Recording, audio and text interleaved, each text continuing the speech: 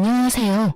혹시 여러분은 지옥으로 들어가려는 입구에서 누군가 저를 막아주었다면 어떤 기분이 들까요? 그 누군가를 은인으로 생각하며 감사하게 생각하겠죠. 그렇지만 저는 좀 달라요. 저를 막아주었던 은인이 선의로 그런 행동을 한 건 아니었거든요. 하루에도 수십 번 천국과 지옥을 오고 가며 고민에 시달렸던 저를 구해준 사람이 저의 상간녀였거든요. 지인들이 제 이야기를 들으면 진짜 잘됐다며 웃으며 소리칠 정도로 절묘했던 저의 이혼 이야기를 다른 사람들과도 나누고 싶어 글을 올리게 됐네요. 이제 정말로 모든 게 끝났으니까요. 제 이혼의 시작은 직장으로 찾아온 한 사람 덕분이었어요. 일을 마치고 급히 나오는데 한 여자가 저를 찾아왔더군요. 저는 급히 저를 찾았다는 여성을 안으로 들였어요. 당신이 이영준 씨 와이프예요? 저보다 한참 나이가 어릴 것 같은 그 여자는 무례한 태도로 팔짱을 끼고는 저를 아래 위로 훑어보더군요. 예, 그 사람이 제 남편이긴 한데 무슨 일로 그러시죠? 사람 많은 데서 할 이야기는 아니지만 당신 남편이랑 빨리 헤어져요. 싫다는 남자 붙잡고 도대체 뭐 하는 거야? 그렇게 매달리면 마음이 다시 돌아가기라도 할 것 같아요. 아줌마 때문에 그 사람이 얼마나 곤란한지 아냐고요. 한눈에 봐도 젊고 예쁜 여자였어요. 개구쟁이 아들 둘과 그보다 더 말을 듣지 않는 남편을 돌보느라 늙어 빠지고 쓸모없어진 제 모습이 초라해질 만큼요. 솔직하게 말해볼까요? 이렇게 예쁜 여자가 다 늙어 빠진 남편과 그렇고 그런 관계일 거라고는 상상조차 못할 만큼 늘씬하고 잘 꾸민 그런 여자였죠. 그리고 저런 말을 꺼낼 줄은 더욱 상상 못했고요. 정리 중이라 시끄러웠던 곳이 조용해졌어요. 목소리는 얼마나 큰지 직장 동료들이 다 들었거든요. 우리 남편이랑 뭐요? 저희 사귀는 사이예요. 무늬만 부부인 그쪽이랑은 완전 다르거든요. 뱃속에는 아이까지 있는데 깨끗하게 이혼해 줄 거죠? 여기까지 찾아온 이상 저도 맨입으로 이혼하라는 건 아니에요. 상간녀 소송 할 거만 해요. 그 사람이 다 갚아주기로 이미 약속했으니까. 그러니까 알아서 눈치껏 좀 빠져줘요, 아줌마. 그 이야기를 들으면서 저는 정말 천국과 지옥을 오갔어요. 동료들 앞에서 남편의 불륜이 탄로났다는 수치스러움과 지금 이 지옥 같은 상황에서 빠져나가게 해줄 거라는 안도감이 저를 가득 채웠거든요. 차분하게 생각해보니 도리어 제게 반가운 말이더군요. 그리고 지금 이 상황에 이런 말을 하는 상간녀는 아무것도 모르고 있구나라는 걸 파악했거든요. 그래요? 그렇게나 사랑하신다고요? 그럼 이혼해 드릴게요. 그 늙고 볼품없는 남자를 원한다면 드릴게요. 꼭 결혼해서 행복하게 사세요. 제 말에 상간녀는 생각보다 더 크게 당황한 표정이었어요. 그럴 수밖에요. 모진 소리 들을 거 각오하고 여길 찾지 않았겠어요? 그런데 선뜻 이혼해주겠다니 본인도 당황스러운 거겠죠. 저는 웃어줬어요. 이 수치스러움과 쪽팔림보다도 눈앞에 상간녀가 저 대신 지옥으로 걸어 들어가게 될 걸 예상하고 있었으니까요. 남편의 상간녀에 대해 처음으로 알게 된 건 5년 전이었어요. 시부가 무척 많이 아팠던 때였죠. 남편은 사업으로 바쁜 사람이었지만 부모 생각은 지극한 효자라 바쁜 자기 대신 제게 시부모를 잘 모셔달라 했었어요. 당시 남편은 사업으로 많이 바쁜 상태였고 어쩔 수 없이 제게 그 수발의 몫이 돌아왔어요. 주변 사람들이 보면 참 잘한다, 때로는 너무 힘들겠다는 말을 들을 정도로 저는 시부모 수발의 진심이었어요. 제가 착해서가 아니라 만약 제 수고로움이 힘들어 보이지 않으면 남편이 합가 이야기를 꺼낼까봐 두려웠거든요. 그래서 눈에 띄게 열심히 한 면이 있었죠. 처음에는 아픈 시부도 그런 시부를 간병하는 시모도 제 수발이 당연하다는 듯 여기더라고요. 일을 하며 아이까지 돌보는 제가 일을 마치고 시댁을 찾아 청소하고 빨래하고 밥 해놓고 반찬하고 솔직히 어마어마한 양의 일을 처리했다고 보면 돼요. 합가하면 더 편했을지도 모르겠다고 이야기하지만 합가했었어 봐요. 이런 일 말고도 신경 써야 할 일이 얼마나 많겠어요. 그래서 열심히 했어요. 시무는 매번 제게 거리낌 없이 요구사항을 말했어요. 집 청소가 어떻다, 반찬이 어떻다, 신경 좀 써라 등등. 선의로 하는 일에 감나라 배나라 하시곤 했거든요. 남편도 제 스트레스에 한몫하긴 했죠. 시댁 상태가 말이 아닌데다가 저에게 그 수발까지 요구했으면 자주 시댁에 와서 들여다보기라도 해야 하잖아요. 그렇지만 남편은 매번 바빴어요. 사업하느라 바쁘다는 걸 알고 있었지만 정말 주말 부부만큼 보지 못하는 날이 더 많았거든요. 그때쯤에는 아들들도 아빠를 찾지 않는 게 당연한 일이 됐을 정도였고요. 제게 생활비를 많이 주지는 않았지만 분명히 저금을 하며 착실히 모으고 있을 거라는 생각을 했어요. 다 착각이었지만요. 시부모를 모시고 병원을 다녀오는 길이었어요.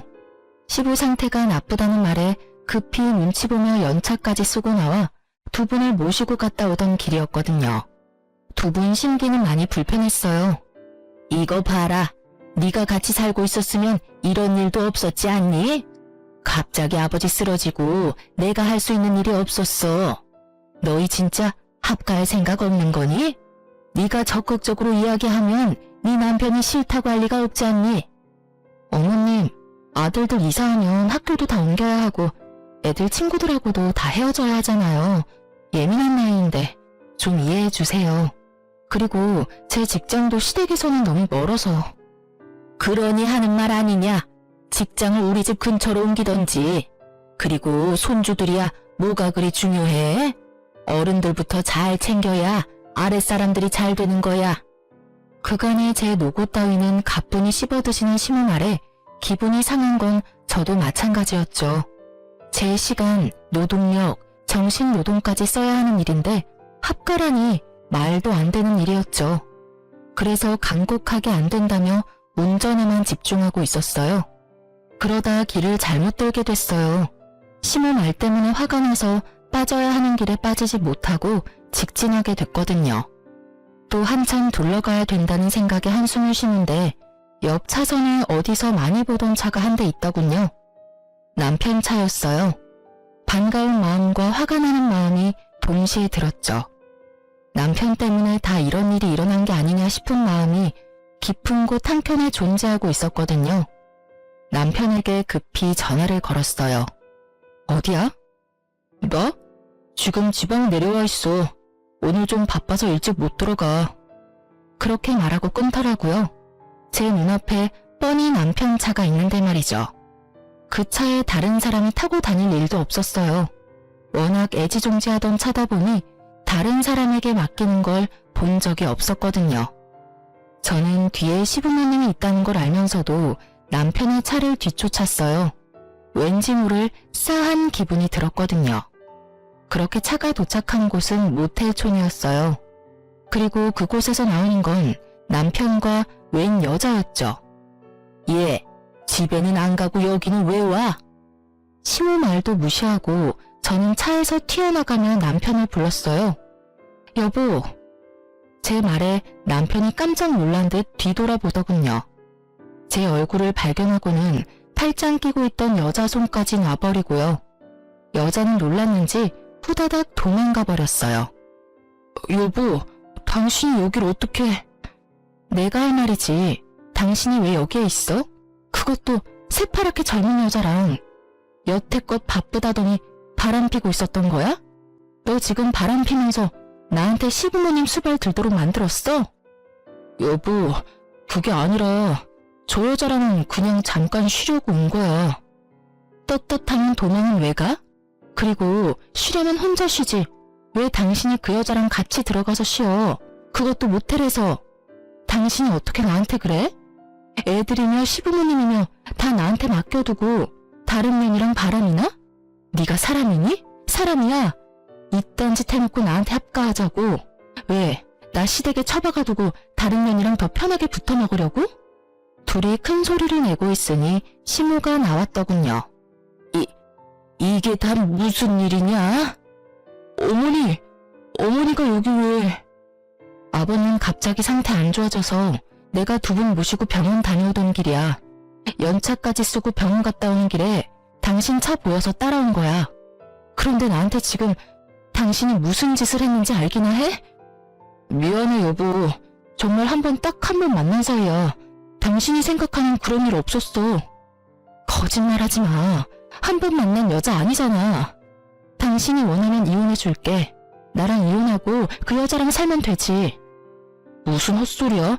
나는 당신이랑 이혼할 생각 없어. 진짜 내가 잘못했어. 그러니까 화 풀어, 응? 영준이 너 이 녀석 도대체 뭐 하는 놈이야? 며느리를 놔두고 네가 바람을 펴? 이 호로 자식 같으니라고. 남편과 제가 싸우는데 시모가 버럭 화를 내더군요. 저도 그렇게 화내는 거 처음 봤어요. 아들 사랑이 지극하신 분이셨거든요. 그런 시모가 아들에게 화를 냈으니 저도 당황했죠. 잘못한 놈이 그렇게 뻔뻔하게 용서를 구해? 이 망할 놈의 자식. 네가 부모 보는 앞에서 그런 짓을 하고도. 저는 화가 나서 남편을 두드려 패는 시모를 말리고 제 차에 다시 태웠어요. 화가 끝까지 난 저는 다 때려치우고 어디론가 가버리고 싶었어요. 그치만 차에는 아픈 시부가 있고 시모도 충격받은 상태이니 어쩔 수 없었죠. 남편에게 모시고 가라고 하려는데 남편에게 급한 전화가 왔어요. 전화 받는 남편은 놔두고 시모 다시 태워 시댁으로 향했어요. 합간이 뭐니 제잘되던 시모도 아무 말 없어졌고요. 시댁에 시부모님을 모셔두고 나오려는데 시모가 절 붙잡더군요. 예, 너희 정말 이혼할 거니? 그건 아니지? 모르겠어요. 약 받아온 건 식탁에 둘게요. 그리고 좀 있으면 제가 배달해놓은 갈비탕도 올 거예요. 결제했으니 받아서 드시기만 하세요.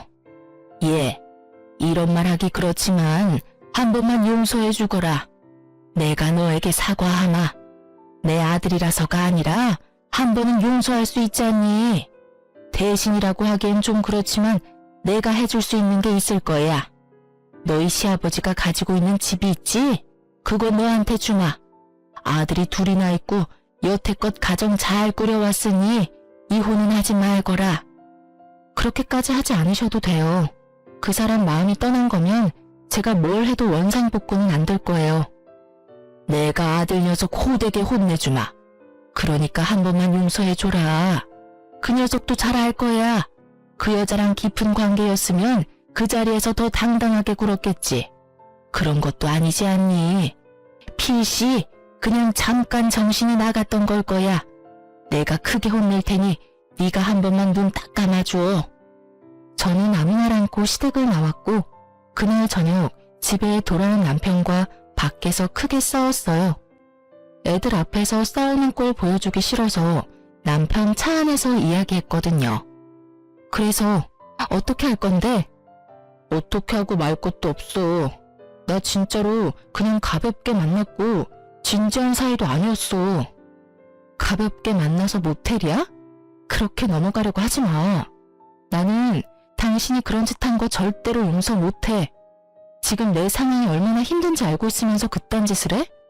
집에 당신이 들어오지 않는 동안 나 혼자 집안일에 육아에 시부모 부양까지 다 했어. 당신 일하느라 바쁘다고. 그런데 당신 바람 폈잖아. 여태까지 그랬겠지. 나 일하는 동안 여자 만나고 시부모님 나한테 맡겨두고 몰래 데이트했겠지.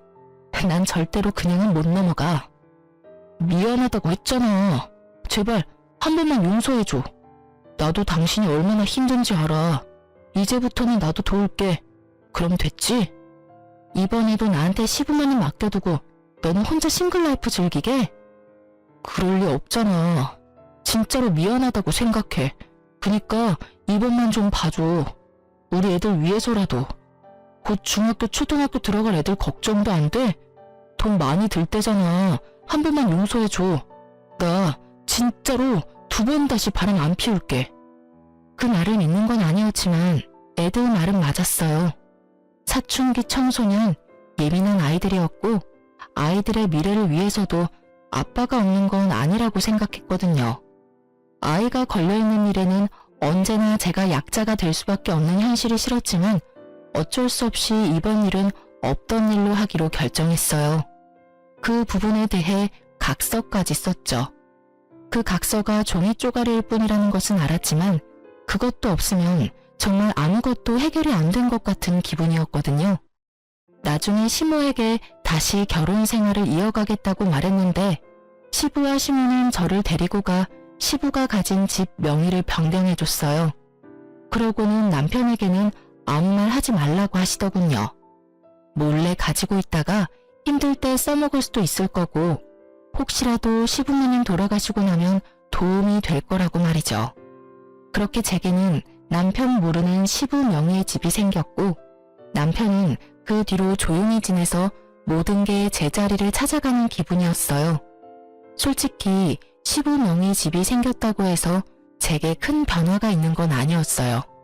다만 참고 사는 이유 중에 시부모님의 당부가 생겼다 뿐이죠. 그 뒤로도 저의 생활은 크게 변함이 없었어요. 가끔 남편 뒤를 캐는 것 말고는요. 그러던 어느 날 갑작스럽게 시모가 교통사고로 돌아가셨어요. 시부는 충격을 받았는지 상태가 악화되어 병원에 급히 입원하셨어요. 장례를 치르는 동안 남편은 골똘히 무언가를 생각하는 모양새였어요. 저에게 건성으로 대하는 모습을 보며 기분이 나빴지만 상황이 상황인지라 그냥 넘어갔죠. 부모님이 돌아가셨으니 정신이 없을 것 같기도 하다고 생각했거든요. 상을 다 치르고 시부도 어느 정도 안정이 되어 퇴원하고 집에 돌아왔는데 시부가 이상한 소리를 자꾸 하시는 거예요. 어머님 어디 갔냐고 묻고 비밀번호도 잊어버리고 하루는 밖에 나갔다가 집을 못 찾아온 일이 생겼죠. 그렇게 시부를 데리고 병원에 가니 치매 증상이라고 하시더군요. 시모를 잃고 급격한 충격으로 이전부터 보였던 경미했던 인지장애가 더 심해진 거 아닌가 하고 추측했어요. 남편이 집에 돌아오면 그 이야기를 하려고 생각하며 집에 돌아왔는데 집 우편함에 편지가 하나 와 있더라고요. 보니까 남편의 건강검진 결과였어요. 2, 3주 전에 검진을 했는데 그때 결과가 나온 거죠. 저는 아무 생각 없이 우편을 뜯었는데 남편의 간 수치가 좋지 않더군요. 엄청 나쁜 수치는 아니었지만 재검을 하라는 의사소견이 있더군요. 당신 간 수치가 좋지 않아서 재검하라는데 그 정도 수치는 괜찮아. 어머니 상 치르느라 몸이 좀 피곤했나 봐. 좀 쉬면 괜찮아지겠지. 그래도 혹시 모르니 정밀검사 받아봐. 나 오늘 병원 갔다 왔어. 아버님 모시고. 아버님 치매라고 하셨어. 이런 상황에 당신 몸까지 아프면 내가 못 버티니까 꼭 재검 받아. 알았지? 제 당부에 남편이 깜짝 놀라더군요. 시부가 치매라는 사실에 놀란 듯 보였죠. 하긴 얼마 전에는 시무상, 이번에는 시부의 치매 소식까지. 제 걱정이 이해가 되기는 했는지 남편이 이참에 검사 받겠다고 하더군요. 그 주 주말에 남편이 정밀검사를 받으러 갔다 왔는데 한눈에 봐도 얼굴이 영 안 좋았어요. 뭐가 이상이 있는가 보다 싶었죠. 그런데 그 뒤에 남편이 저한테 병원을 같이 가자고 하더군요. 그렇게 남편과 병원을 방문했다가 남편이 간암 2기라는 사실을 알게 됐어요. 의사는 이식이 필요할 수 있다고 말했고 저는 멍해졌어요. 의사의 말을 듣고 있는데 아무것도 귀에 안 들어오더라고요. 점점 멀어지는 목소리에 계속 그 생각만 들었어요. 이제 어쩌나 하는. 아픈 시부는 치매에 걸렸으니 내가 돌볼 수 없다 치더라도 아직 대학까지 갈 길이면 우리 두 아들과 남편의 암수발까지 어찌든 하는 생각만 들었죠. 여보, 나 당신한테 잘한 거 아무것도 없는 거 알아. 그치만 우리 아들들 생각해서라도 간이식 좀 해줘. 아직 이식해야 한다고 확정난 건 아니잖아. 치료 잘 받아. 우선 이식 안 하고 끝내는 선이면 제일 좋지. 저는 선뜻 이식을 해주겠다는 말을 하지 못했어요.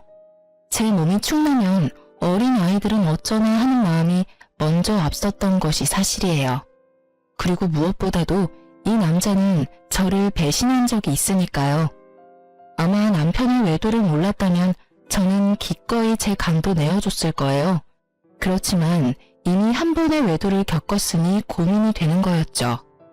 남편은 집에 있는 동안 간이식에 대해 끈질기게 제게 물어왔지만 저는 계속 그 이야기를 피했어요.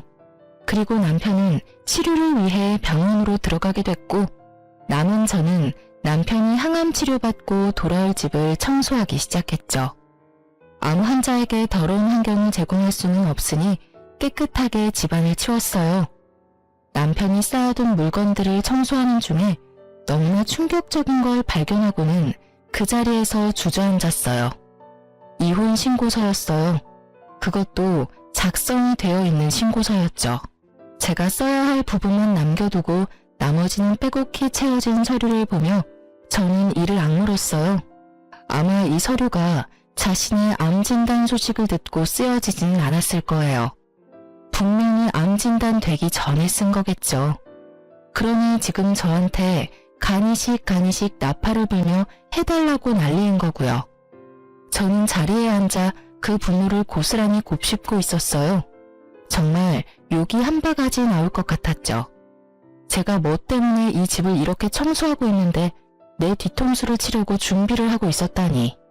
열받은 저는 청소며 뭐며 다 때려치고 남편이 쓰던 그 방을 그냥 더러워진 그대로 놔둬버렸어요.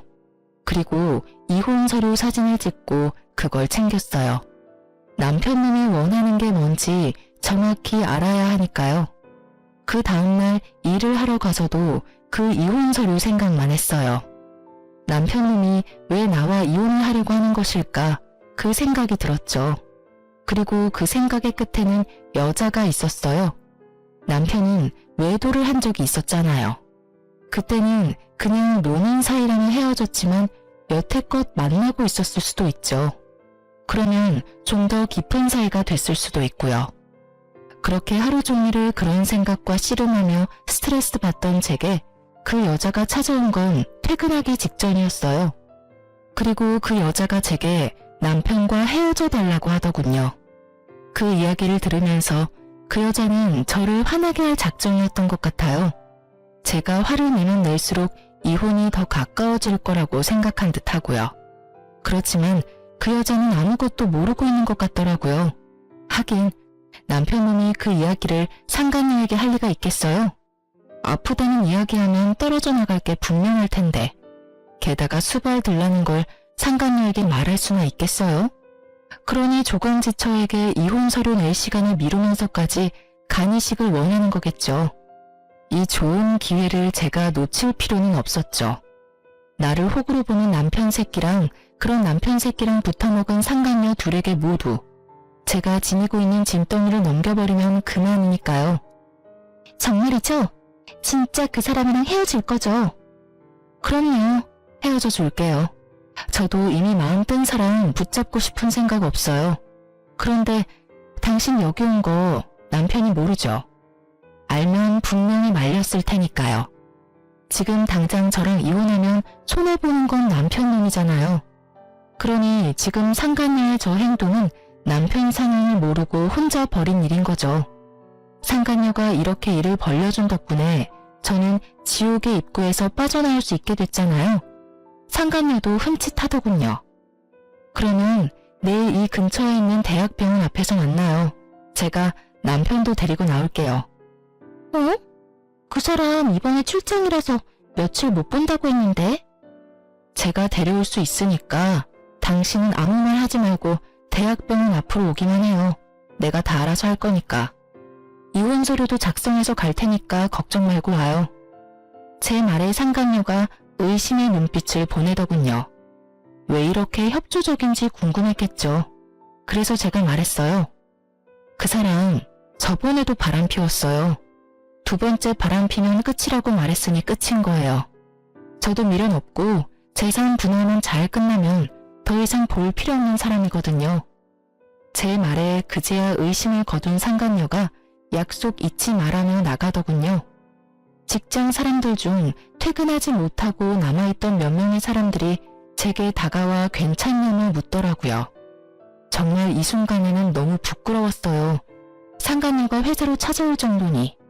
솔직히 상간녀에게 남편을 넘기는 건 열받지 않았으나 저를 이런 비참한 꼴로 만든 건 정말 열받았어요. 게다가 남편이 앞에서는 나뿐이라며 동정심 사게 말하고는 상간녀에게는 아프다는 이야기조차 하지 않고 저를 이용하려고 했다는 생각에 배신감이 무척 들었죠. 사랑하는 상간녀에게는 고생도 시키지 않는가 보다 하는 생각이 들었거든요. 그러니까 저도 남편 새끼 계획대로 해줄 필요 없잖아요. 그날은 남편이 퇴원하는 날이었어요. 항암을 하고 내려오는 남편을 데리고 대학병원 앞에 있는 카페로 가서 앉았어요. 남편은 첫 번째 항암제가 크게 나쁘지 않았는지 저번보다는 좀 더 건강한 모습이었어요. 여보, 여기는 왜 왔어? 커피 마시고 싶으면 테이크아웃해서 가면 되지. 왜 굳이 들어와서 마셔? 아, 오늘 여기서 만날 사람 있거든. 걱정하지 마. 곧 올 거야. 그 사람하고 약속한 게 있어서 꼭 전해줘야 하거든. 그럼 난 차에 가 있으면 안 돼? 안 돼. 당신도 옆에 꼭 있어야 해. 당신 건강도 걱정되고. 옆에 있어도 불편하지는 않을 거야. 당신도 아는 사람이거든. 제 말이 끝나기가 무섭게 상간녀가 카페 안으로 들어오더군요. 앉아있는 저와 뒤돌아 앉아있는 남편을 보며 환하게 웃음 지으면서요. 저도 일어나면서 아는 척했죠. 남편이 뒤를 돌아보는데 그 모습에 정말 웃음이 날 뻔했어요. 귀신이라도 본 듯한 표정이었으니까요. 약속 지켰네요? 이혼하기로 이야기 다 된 거 맞죠? 자기는 출장 간다더니 벌써 끝난 거야? 그럼 나한테 와야지. 와이프한테 잡혀서는. 당당하게 임신을 요구하는 상간녀 앞에 제가 이혼신고 서류를 내놨어요. 남편이 제가 쓸 곳만 비워둔 신고서를 채워서 말이죠. 그걸 본 남편의 눈동자가 동그랗게 떠지더니 저와 서류를 왔다 갔다 보기 바쁘더군요. 이혼해줘. 어제 당신 애인이 내 직장까지 찾아와서 이혼하라며 난리더라고. 열받아서 이혼 안 해주려고 했는데 내가 청소하다가 당신이 써놓은 이 서류를 발견했거든? 이혼이 하고 싶었으면 미리 이야기했으면 됐잖아. 왜 질질 끌어서 사람을 힘들게 해? 내가 알아봤는데 당신 저 상간녀랑 오래 만났더라? 애까지 있다는데 알고는 있어? 하긴 아니까 이혼 서류를 써놨겠지. 내가 빈칸 채워왔으니까 이혼해줘. 자기야, 빨리 인감도장 찍어. 그러면 이혼 확정이야. 이제 우리 눈치 보면서 만나지 않아도 되고 우리 아이도 아빠 가지고 태어날 수 있겠지. 뭐해? 도장 안 찍고. 남편 새끼는 땀을 삐질삐질 흘리며 서류만 쳐다보고 있더군요. 하긴 저한테 요구해야 할 일이 얼마나 많은데 이혼이 하고 싶겠어요? 그리고 제 몸이 아픈 걸 알면 상간녀가 자기랑 결혼하고 싶겠냐고요. 그래, 도장 찍어. 상간녀가 도장 찍으라잖아. 알지? 도장 찍고 나면 다 끝나. 재산 분할하고 아이들 친권, 양육권 나한테 주면 돼. 그 이상 당신하고 나 사이에는 아무것도 없는 거지. 이혼은 안 돼. 너 여기 왜 왔어? 아니, 와이프 직장까지 쳐들어가서 무슨 짓 한 거야? 자기, 지금 나한테 화낸 거야? 아니, 그것보다 이혼을 왜 안 하는 거야? 저번에 하겠다고 철석같이 약속해놓고 왜? 너 혹시 와이프 못 떠나겠다 뭐 이런 거야? 나 임신까지 시켜놓고. 그런 거 아니야. 애는 책임질게.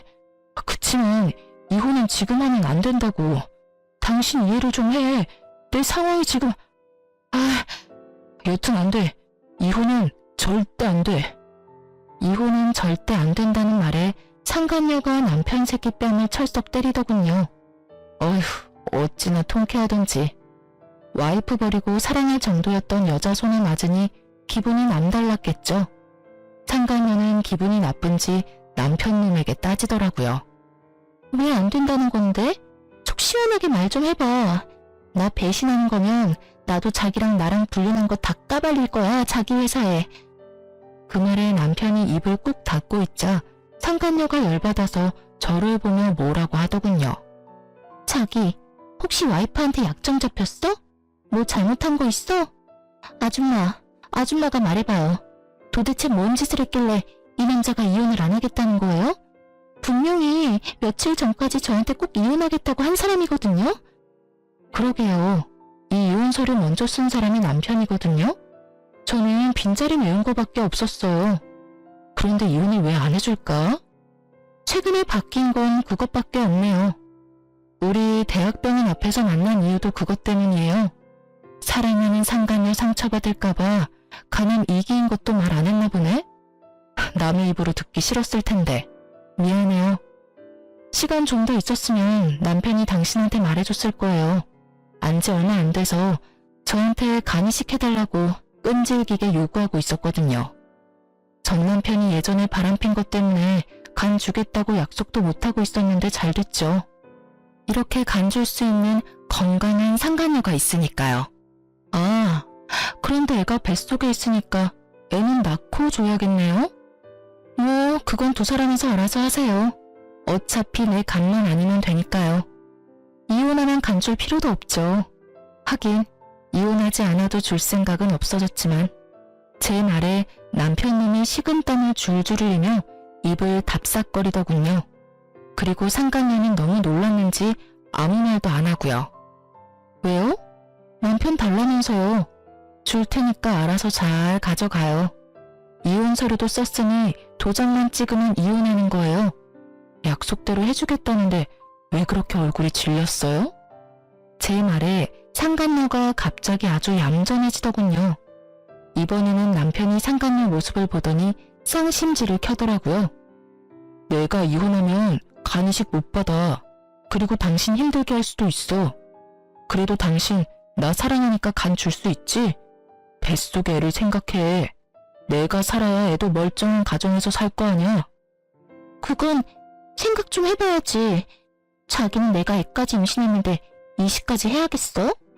어차피 임산부 출산한 지 얼마 안 된 사람들은 이식 같은 거 못하잖아. 그러니까 이식은 다른 사람한테 부탁해.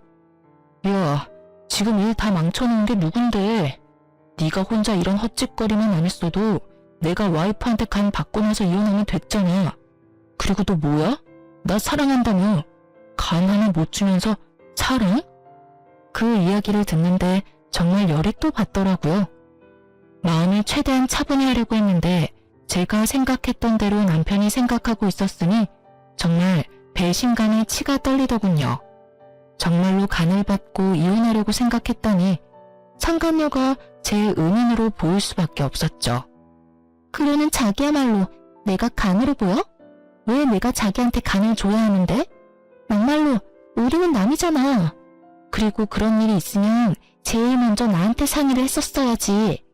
자기가 이혼하겠다고 해놓고 계속 질질 끄니까 내가 나선 거잖아. 다 따지고 보면 자기가 잘못한 거면서 왜 나한테 난리야? 지금 다 내 탓으로 돌린다 이거지?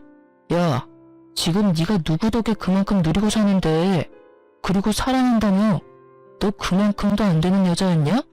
빈말로도 준다고 말 못하는 거냐고. 그러니까 아무 관련 없는 내가 왜 간을 주냐고. 옆에 있는 아줌마한테 간 받으면 되겠네. 네가 다 망쳐놨잖아. 내가 좀만 기다리라고 했지. 하여튼 멍청한 것도 병이지. 둘이서 열심히 서로를 상처주고 까내리며 싸우는 모습을 보니 너무 재밌었어요. 그렇게 사랑에 맞지 않던 두 사람이 간 하나 때문에 이렇게 무너질 줄이야. 견고하게 싸운 것처럼 보여도 사랑이 아니었나 봐요. 끊임없이 서로를 헐뜯으며 까내리는 두 사람을 보며 저는 지극히 평온하게 커피를 마시며 지켜보고 있었어요. 두 연놈들이 지쳐 나가 떨어질 때까지 말이죠. 두 사람은 더 이상의 싸움이 의미 없다 느껴졌는지 금세 씩씩거리며 조용해지더군요. 그때 남편에게 이혼 서류를 내밀었어요. 도장 찍어. 이혼해줄게. 도장 없어. 여보, 나 진짜로 이혼 안 할 거야. 나 지금 이혼하면 죽는 거 알잖아. 인감이라면 내가 가져왔어. 그러니까 찍어. 그리고 이혼은 당신이 하겠다 말겠다 정하는 거 아니야. 당신은 이미 유책 배우자고 나는 당신 불륜을 이유로 이혼소송 충분히 가능해. 증거는 차고 넘치잖아. 상간녀 뱃속의 아기가 불륜의 결실인데. 그리고 지금 이혼한다고 당신이 죽을 일은 없어. 지극정성으로 와이프 수발 받으며 치료 잘 받고 물 좋고 공기 좋은 곳에서 살면 분명히 치료 잘 될 거고. 뭔 걱정이야? 이혼하고 당신 와이프 해주겠다는 여자도 있는데. 여보, 제발. 이 여자랑 지금까지 싸운 거 안 보여? 나 당신이랑 헤어질 수 없어. 아들들은 어쩌고, 우리 아들. 다른 아들 생기겠지. 딸인지 아들인지는 모르겠지만. 자식이 하나뿐인 것도 아닌데 무슨 아들 걱정? 그리고 당신이 아들 걱정을 했으면 바람을 피지는 말았어야지. 이미 나랑 이혼할 준비까지 해놓고 아들 핑계 대기는? 내가 아무것도 모르는 년처럼 보이지? 다 알아. 당신의 그 얄팍한 생각이 눈에 보여서 미치도록 짜증난다고. 간?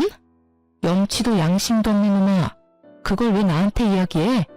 이혼하고 재혼할 여자한테 부탁하라고. 제 말에 상간녀는 고개를 돌려버렸고 남편님은 결국 인간을 찍었어요. 강경한 제 모습에 남편도 당황한 듯 보였거든요. 그리고 상황이 여기까지 왔는데 이혼을 하지 않는 것도 이상했죠. 그렇게 저는 남편과 이혼을 했고 친권과 양육권은 제가 가져오게 됐어요. 아이들은 바람펴서 이혼하려 했던 아버지를 아버지로 생각하지 않았거든요. 남편이 아픈 것이 불쌍하지 않냐고 생각하는 사람들도 있었어요. 그래도 아픈 사람인데 참고 살아야 한다고요. 그런데 참고 살면 남는 게 뭐죠? 이미 남편의 마음은 제가 아닌 다른 여자에게 있고 새로 태어날 아이에게 있는데 그러려고 이혼까지 생각한 남자에게 제가 뭐하러 미련을 둬요. 두 사람이 치고받고 싸우는 모습에 둘이 헤어진 줄 알았는데 아니더군요. 두 사람이 화해를 했는지 저와의 이혼 후 상간녀와 결혼을 했더라고요.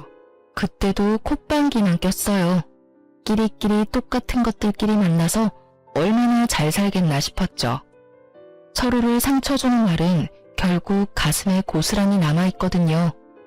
그렇게 상처주고 상처받은 사람들이었으니 온전히 살 수 있을 리가 없다고 생각했어요. 그리고 전 남편의 결혼 소식이 들리고 몇 달 뒤에 전 남편이 제게 울며 전화가 왔더군요. 처음에는 받지 않으려고 했는데 아이들 일일지도 몰라서 받았죠. 여보, 나 좀 도와줘. 이혼한 마당에 내가 해줄 수 있는 일은 없는 것 같은데. 제발, 나 너무 힘들어.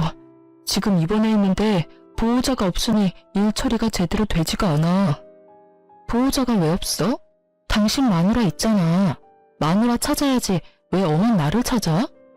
그 망할 여자는 여기 없어. 그 여자도 지금 당장 찾으러 가야 하는데 코빼기도 안 보여. 그년이 내 집 팔고는 돈 들고 날랐어. 그게 무슨 소리야? 우리 재산 분할할 때 아버지 명의 아파트가 당신 명의로 넘어간 거 보고는 집에 돈 될 만한 물건 없다고 생각했나 봐. 하긴 없긴 했지. 아버지 사시는 엄마 명의 건물은 대출이 걸려 있으니 돈이 안 될 것 같으니까 우리 집을 판 모양이야. 게다가 내가 공동명의로 해줬거든. 참 대단한 사랑이다 싶었어요. 그렇게 속내 다 내놓으면서 싸워놓고 공동명의라니. 그렇게 싸워놓고 공동명의? 당신도 대단하네. 그 여자가 나한테 간 준다고 했단 말이야. 나도 그냥 준 거 아니었어. 그것 때문에 준 거였는데 내가 몸 상태가 너무 안 좋아져서 얼마 전에 입원했는데 그동안 내가 죽을 거라고 생각했는지 필요한 거 싹 다 챙겨서 도망갔더라고. 그리고 나 몰래 나 죽으면 보험금 얼마 나오는지도 물어봤다더라. 진짜 징그러운 여자야. 내가 그런 여자한테 정신이 팔렸다니 정말 당신 보기 민망하고 미안해서. 나한테 미안해할 필요 없어. 당신이랑 나 이제 아무 사이도 아닌데 뭐. 그래서 신세 한탄 하려고 나한테 전화한 거야? 그건 아니고 나 죽으면 보험금 그 여자가 다 가져갈 건데 당신 그거라도 챙겨야 하잖아. 그러니까 다시 재결합하자 우리. 나도 그런 여자한테 속아서 당한 거고 당신도 한 번만 눈 감아주면 되잖아. 다 끝난 마당에 보험금은 무슨 보험금인가 싶었죠. 그러니까 당신이 나한테 간이식 좀 해줄 수 없을까? 나 그 여자 때문에 스트레스를 너무 많이 받아서 그런지 몸 상태가 너무 안 좋아져서 간이식까지 해야 한다고 하거든. 정말로 사람 하나 살리는 셈치고 나한테 이식 좀 해줘. 나 앞으로 당신 말이라면 죽는 시인이라도 할 테니까. 게다가 우리 애들 생각해서라도. 혼자서 지랄을 하네. 우리 애들 생각하는 거면 더더욱 당신이랑 재결합은 아니지. 애들이 우리 이혼하면서 얼마나 상처받았는지 모르지? 벌써 중학교, 고등학교 들어간 애들이 자기 아빠 불리는 거 몰랐을까봐? 다 알고 있어. 내가 말하기도 전에 벌써 다 알고 있더라. 인간아, 어떻게 살았으면 자식들한테 바람난 아버지 부끄럽다는 이야기를 들어? 당신이 한 짓이 그런 짓이야. 그러니까 나한테도 애들한테도 절대로 연락하지 마. 알았어? 여보, 나 진짜로 당신 없으면 죽을지도 몰라. 나 혼자서 어떻게 투병 생활을 해. 치료받는 동안 보호자만이라도 되어주면. 진짜 징글징글하다, 당신. 나한테 간 줄 거냐고 악착같이 묻고 다녔을 때 이미 나랑 이혼하려고 생각했던 거 알아. 당신 그런 사람이야. 자기 몸 생각해서 싫은 여자랑도 같이 살 수 있고 아쉬운 소리도 할 수 있고 끔뻑 죽는 신용도 할 수 있는 사람. 나는 여전히 열받아 있는데 뭐가 어쩌고 저째? 재결합? 혼자서 북치고 장구치고 앉았네. 난 절대로 재결합 안 해. 당신 수발 들라고? 내가 왜? 내가 왜 그래야 하는데? 그러고 나서 나중에 또 딴 년이랑 붙어먹게? 그 꼴 못 봐 나는. 그러니까 암 투병생을 같이 해줄 수 있는 사람 찾아. 그건 한 번뿐이었고 그 한 번 때문에 나는 당신에 대한 신뢰를 다 잃었어. 그러니까 나한테 당신이 죽는다 산다 그런 말 하지 마. 의사가 처음에 그랬지? 치료 잘 받으면 살 수 있을 거라고. 당신이 여기서 매달려야 하는 사람은 내가 아니라 의사라고. 저는 그렇게 말하고 전화를 끊어버렸어요. 불쌍하다며 남편을 옹호하는 사람도 있겠죠. 하지만 저는 잊지 못했어요. 자기 목숨 경각에 달렸을 때 그 여자랑 관계는 유지하면서 저한테 간을 달라고 하고 저한테 암수발을 시키려고 했던 남편을요. 그런 사람인 거예요. 제가 마음이 약해져서 또 받아준다면 또 그런 일이 일어나지 않으리라는 보장이 있나요? 그렇다고 제 동정심이 두 사람의 관계를 회복시켜줄 수 있나요? 아니에요. 절대 그럴 일 없어요. 이미 저에게서 마음이 뜬 사람이에요. 저를 여자로 보지 않는 남자죠. 그런 남자가 제가 간 줬다고 제 옆에 남아있을 리가 없죠. 몸이 좋아지면 또 다른 여자 찾아 떠날 놈이거든요. 그렇게 전화를 끊고 그 뒤로 남편님의 이야기는 간간히 듣기는 했어요.